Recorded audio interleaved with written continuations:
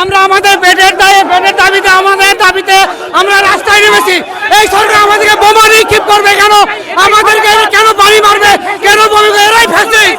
এই সরকার কি সরকার? আমরা এই সরকার চাই না, এই ফ্যাসিস্ট সরকারের পতন চাই।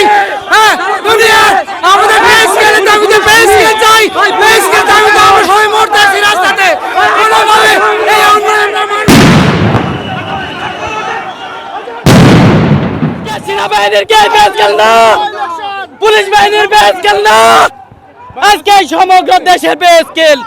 আজকে আমি আহত হয়েছি, আমার হাজার হাজার ভাই আহত হচ্ছে। কেন কেন পুলিশ আজকে আমাদের উপরে গ্রেনেড মারলো? আজকে গ্রেনেডের জন্য আজকে আমরা দেখেন কি অবস্থা। সে কি কোনো বিশৃঙ্খলা কোন দেশের নাশকতা করেছে? কেন তার উপরে হামলা? বাংলাদেশের 22 লক্ষ কর্মচারীদের উপরে কেন ডিসি মাসুদের হামলা? কেন আমরা কি এখানে শান্তিপূর্ণভাবে আন্দোলন করি নাই? কেন আমাদের উপর হামলা হলো? আমাদের ভাইদের কেন আহত করা হলো? ডিসি মাসুদ আন্দোলন করেন, আমরা মানতে চাই, আন্দোলন চাই, আমরা করা যাবে না। এই স্কেল দেন, গুলি করে আমাদের আন্দোলন বন্ধ করতে।